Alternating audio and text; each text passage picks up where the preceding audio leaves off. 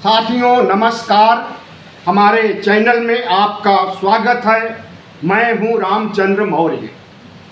भारत के 15वें प्रधानमंत्री नरेंद्र मोदी को 75वें जन्मदिन पर बहुत बहुत बधाई और शुभकामनाएं।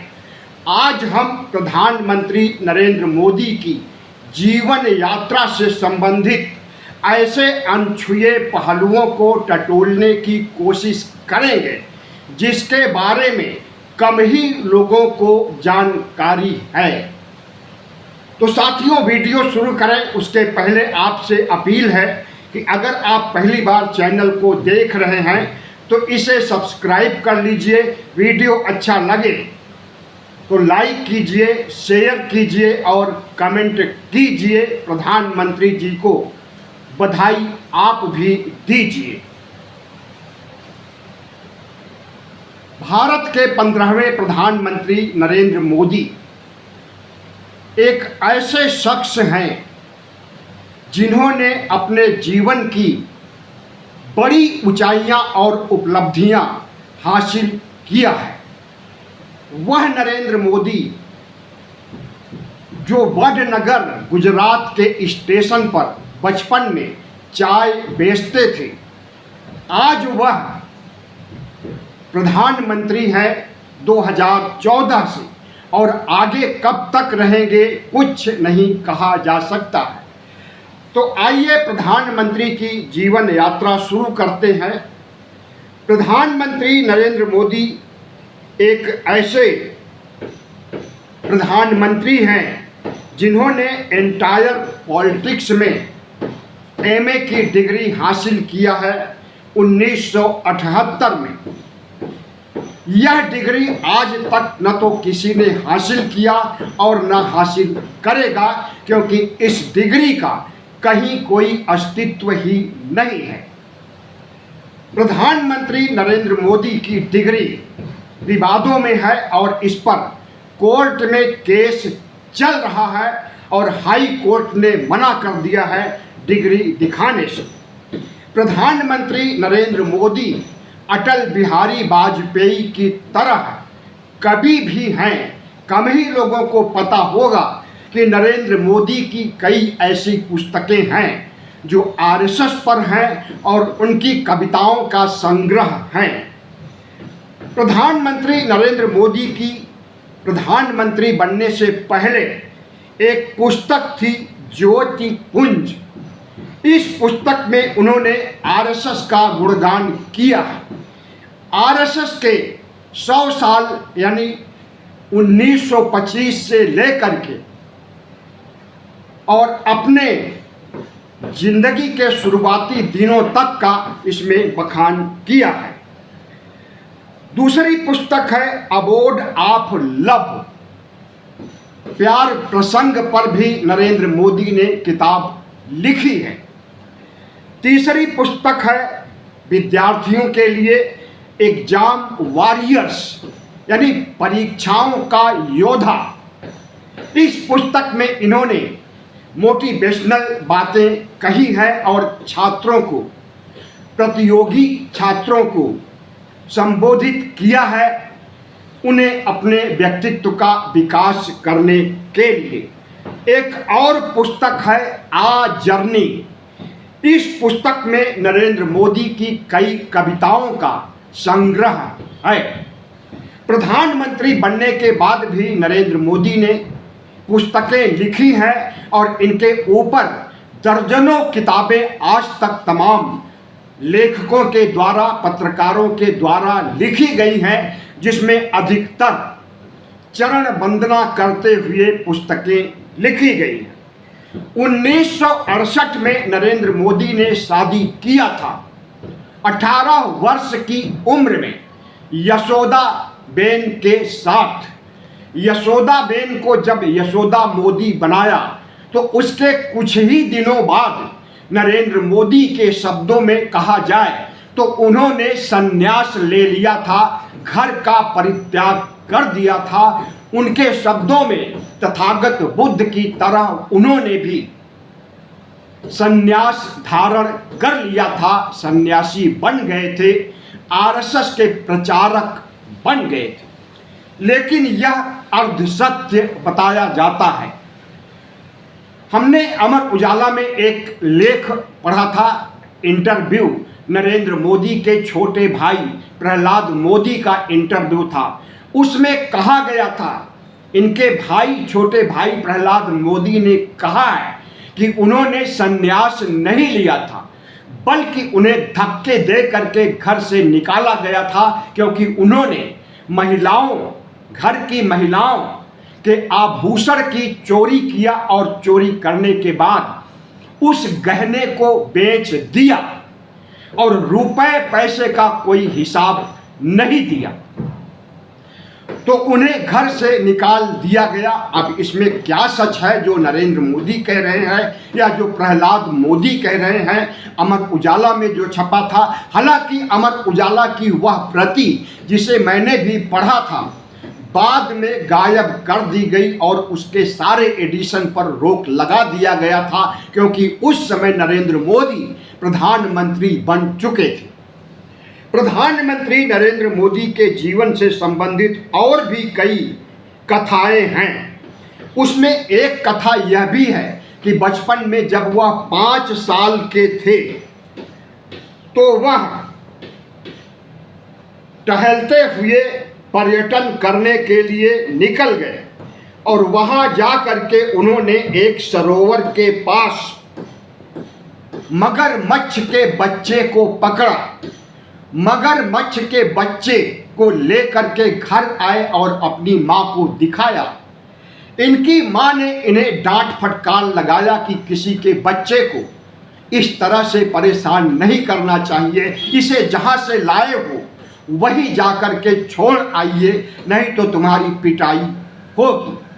प्रधानमंत्री नरेंद्र मोदी बचपन में इतना साहसी अपने को दिखाना चाहते थे कि यह कहानी उन्होंने गढ़ करके सुनाई है मीडिया को। प्रधानमंत्री की जाति क्या है इस पर विवाद जरूर है, लेकिन इतना जरूर कहा जा सकता है कि 1995 के पहले मोड़ घाची इनकी उपजाति है और मोड़ घाची सवर्ण जाति में 1995 के पहले आते थे। 1995 में इन्होंने इस जाति को ओबीसी की लिस्ट में दर्ज करवाया और 2001 में अपना नाम भी ओबीसी की लिस्ट में दर्ज करवा दिया। उसके बाद से नरेंद्र मोदी जितनी भी चुनावी सभाओं में जाते हैं अपने को ओबीसी और अति पिछड़ा कहते हैं, वोट बैंक बढ़ाने के लिए, ओबीसी का वोट हासिल करने के लिए। प्रधानमंत्री नरेंद्र मोदी एक ऐसे शख्स हैं जिन्होंने अपनी मां का अपमान किया। इस तरह का अपमान आज तक न किसी नेता ने और न साधारण व्यक्ति ने किया होगा। उन्होंने अपनी मां को मां मानने से ही इनकार कर दिया और कहने लगे लोकसभा चुनाव 2024 के पहले कि मैं अपनी मां की औलाद नहीं हूं, मैं तो नॉन बायोलॉजिकल हूं। हमें तो ईश्वर ने अपना प्रतिनिधि बनाकर भारत भूमि पर भेजा है राज करने के लिए, और उनकी इसी छवि को देखते हुए उनके पार्टी के तमाम मंत्री भी उन्हें नॉन बायोलॉजिकल और ईश्वर का अवतार कहने लगे। ईश्वर का 11वां अवतार राम जन्मभूमि मंदिर के ट्रस्ट के प्रमुख ने भी इन्हें कहा। विष्णु के 11वें अवतार के रूप में अगर चंपत राय मंदिर ट्रस्ट के अध्यक्ष ने कहा तो उसके बाद इन्हें ईश्वर का अवतार कहने वालों की भीड़ इकट्ठा हो गई और सब ने एक स्वर में इन्हें प्रधानमंत्री को विष्णु का 11वां अवतार घोषित किया। तो प्रधानमंत्री हमारे ऐसे शख्स हैं जो कि ईश्वर का अवतार अब मानते हैं या नहीं मानते हैं कुछ नहीं कहा जा सकता है। अब तो वह अपनी मां की संतान फिर से कहना शुरू कर दिए हैं। और पिछले दिनों जब राष्ट्रीय जनता दल और कांग्रेस के मंच से किसी सिरफिरे ने इनके मां को गाली दिया था, तो उस पर नरेंद्र मोदी ने बाकायदा भाषण देते हुए एक वीडियो जारी किया और कहा कि कांग्रेस के लोग, राष्ट्रीय जनता दल के लोगों को कोई माफ नहीं करेगा, क्योंकि इन्होंने हमारी मां को गाली दिया है, देश की मां को गाली दिया है, देश को की माताओं, बहनों, बेटियों को गाली दिया है। हालांकि उनका यह नैरेटिव चला नहीं और बिहार बंद कराने का दुष्परिणाम ही देखने को सामने मिला। प्रधानमंत्री एक ऐसे नेता हैं जो एक झूठे जुमलेबाज प्रधानमंत्री के रूप में जाने जाते हैं। इतना झूठा और जुमलेबाज प्रधानमंत्री आज तक कोई नहीं हुआ और प्रधानमंत्री पद की गरिमा को तार तार करने वाले ये भारत के पहले प्रधानमंत्री हैं। प्रधानमंत्री नरेंद्र मोदी अगर विपक्ष और इंडिया गठबंधन को तवायफ कहें और मुजरा करने वाली तवायफ कह करके संबोधित करें, तो इसे आप क्या कहिएगा? हिंदू मुस्लिम ध्रुवीकरण के लिए प्रधानमंत्री नरेंद्र मोदी ने हिंदू मुस्लिम को अलग करने और हिंदुओं का वोट हासिल करने के लिए जितने हेट स्पीच दिए हैं, जितने भयंकर और विवादास्पद भाषण दिए हैं, उसे आपने जरूर सुना होगा और आगे भी सुनेंगे। प्रधानमंत्री नरेंद्र मोदी गंगा के किनारे खड़े होकर के लोकसभा चुनाव से पहले, 2024 की लोकसभा चुनाव से पहले कहते हैं कि अगर मैं मुस्लिमों की खिलाफत करूं तो मैं सार्वजनिक जीवन के लायक नहीं हूं।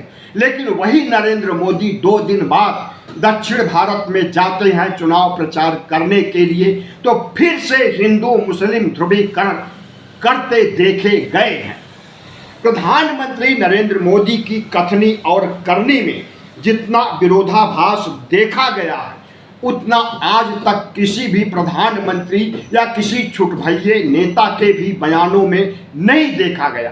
प्रधानमंत्री नरेंद्र मोदी ने जब 2014 में पहली बार शपथ ग्रहण किया प्रधानमंत्री पद की, तो इन्होंने कहा कि मैं आरएसएस का प्रचारक पहले हूं और प्रधानमंत्री बाद में। और जिस तरह से पिछले दिनों इन्होंने 15 अगस्त 2025 को लाल किले की प्राचीर से आरएसएस की भूरी भूरी प्रशंसा किया और उसे विश्व का सबसे बड़ा एनजीओ बताया, वह भी विवादों में है। और आज तक किसी भी प्रधानमंत्री ने लाल किले की प्राचीर से किसी ऐसे संगठन का उल्लेख नहीं किया जिसके बारे में कि आतंकी संगठन कहा और माना जाता है, आपराधिक संगठन माना जाता है।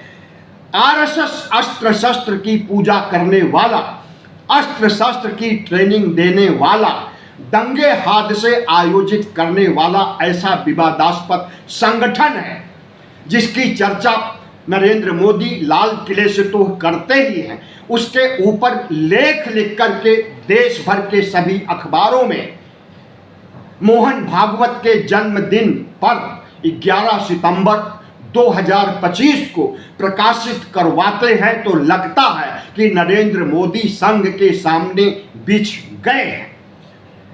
प्रधानमंत्री नरेंद्र मोदी और संघ की लड़ाई कोई नई नहीं है। 2014 के बाद संघ चाहता था कि नरेंद्र मोदी भारत को हिंदू राष्ट्र घोषित करें और संविधान को हटा करके मनुस्मृति राज शुरू करें, संविधान की जगह मनुस्मृति लागू करें। लेकिन नरेंद्र मोदी ने ऐसा नहीं किया, इसलिए संघ आज भी नाराज है और वह भारतीय जनता पार्टी पर कब्जा करना चाहता। भारतीय जनता पार्टी में अध्यक्ष पद खाली है और उस पद के लिए नरेंद्र मोदी और संघ के बीच समझौता नहीं हो पा रहा है। तो नरेंद्र मोदी आज उतने ताकतवर, प्रबल और मजबूत नहीं रह गए हैं जितना 2014 और 19 में थे। और अब आरएसएस अगर भारतीय जनता पार्टी के शीर्ष नेता और प्रधानमंत्री पद से हटाने के लिए भारतीय जनता पार्टी के शीर्ष नेताओं के खिलाफ जा करके शीर्ष नेतृत्व पर कब्जा करना चाहता है, अपना अध्यक्ष बनाया जाता है, तो समझ लीजिए कि भारतीय जनता पार्टी में नरेंद्र मोदी लंबे समय तक नहीं रह पाएंगे। प्रधानमंत्री नरेंद्र मोदी ने 2014 में मार्गदर्शक मंडल का गठन किया था कि जितने भी 75 साल के बड़े बुजुर्ग परिपक्व नेता 75 साल पूरे कर लिए हैं, उन्हें मार्गदर्शक मंडल में जाना चाहिए था। और उस नियम के अनुसार प्रधानमंत्री नरेंद्र मोदी को आज मार्गदर्शक मंडल में जाना चाहिए था, लेकिन नहीं गए। इन्हीं का बनाया हुआ नियम कानून इनके ऊपर नहीं लागू होता है, बल्कि पूरी पार्टी पर लागू होता है। आरएसएस ने इस मुद्दे को उठाया था और कुछ समय पहले मोहन भागवत ने कहा कि जब 75 साल के हो जाइए, देश सम्मानित करने लगे साल ओढ़ा करके, तो पतली गली से निकल लीजिए और प्रधानमंत्री पद खाली कर दीजिए, किसी और को आने के लिए कुर्सी छोड़ दीजिए। लेकिन बाद में संग पलटी मार गया, क्योंकि गुप्त समझौता नरेंद्र मोदी और मोहन भागवत के बीच लगता है हो गया था। प्रधानमंत्री नरेंद्र मोदी को मार्गदर्शक मंडल में जाने के लिए अब विपक्ष तो कहेगा ही, भारतीय जनता पार्टी के लोग, आरएसएस के लोग भी दबाव डालने का मन बना चुके हैं। चंद्रबाबू नायडू और नीतीश कुमार की वजह से बैसाखियों पर नरेंद्र मोदी की सरकार चल रही है, लेकिन जिस तरह से इस बीच नायडू सक्रिय हो गए हैं, हमें लगता है कि अब नरेंद्र मोदी की कुर्सी हिलने लगी है। प्रधानमंत्री की पार्टी ने जब 2014 के लोकसभा चुनाव प्रचार के दौरान कई बड़े नेताओं ने कहा कि हमें 400 पार सीटें दीजिए, हम संविधान खत्म कर देंगे, तो उनका यही मंतव्य था कि अगर 400 पार सीटें आएंगी तो संविधान को तो खत्म कर ही देंगे और भारत को हिंदू राष्ट्र बना देंगे। लेकिन इसी मुद्दे को कांग्रेस पार्टी ने लपक लिया और देश भर में राहुल गांधी ने संविधान की कॉपी हाथ में लेकर प्रचार किया, जिसका यह असर हुआ कि 303 सीटों वाली भारतीय जनता पार्टी 240 पर सिमट गई और राहुल गांधी नेता प्रतिपक्ष बन गए। राहुल गांधी जिस तरह से एटम बम फोड़ रहे हैं, और आज के बारे में कहा जा रहा था कि 17 सितंबर को सोशल मीडिया में चर्चा थी कि Rahul Gandhi hydrogen bomb, atom bomb से भी बड़ा बम हाइड्रोजन बम फोड़ने वाले हैं, लेकिन ऐसा कुछ भी नहीं हुआ। यह भी कहा जा रहा था कि नरेंद्र मोदी गया जा करके पिंडदान करेंगे, लेकिन वह तो निकल गए मध्य प्रदेश के धार जिले में। तो प्रधानमंत्री नरेंद्र मोदी जो कहते हैं वो करते नहीं, और जो करते हैं वह कहते नहीं, इसको आज भी उन्होंने चरितार्थ किया है। प्रधानमंत्री एक ऐसे प्रधानमंत्री हैं जिन्हें 2002 में तत्कालीन प्रधानमंत्री अटल बिहारी वाजपेयी ने राजधर्म का पाठ पढ़ाया था, उस समय जब गुजरात में हिंदू मुस्लिम का दंगा आयोजित किया गया था भारतीय जनता पार्टी के द्वारा, और हजारों मुसलमानों का कत्लेआम किया गया था। तो राजधर्म प्रधानमंत्री नरेंद्र मोदी ने सीखा या नहीं सीखा, हम इस पर नहीं जाएंगे, लेकिन इतना जरूर हिदायत देंगे नरेंद्र मोदी को उनके 75वें जन्मदिन पर कि अगर धर्मनिरपेक्ष भारत को हिंदू राष्ट्र बनाने, संविधान का राज खत्म करने मनुस्मृति का राज शुरू करने की मंशा आपके अंदर और आरएसएस के अंदर है तो उसे निकाल बाहर कर दीजिए। यह देश धर्मनिरपेक्ष था, धर्मनिरपेक्ष है, धर्मनिरपेक्ष रहेगा। यह देश संविधान के राज से चलता रहा है और आगे भी चलेगा। वीडियो अच्छा लगा हो तो सब्सक्राइब कीजिए, लाइक कीजिए और शेयर कीजिए। प्रधानमंत्री नरेंद्र मोदी को एक बार और 75वें जन्मदिन की बधाई और शुभकामनाएं।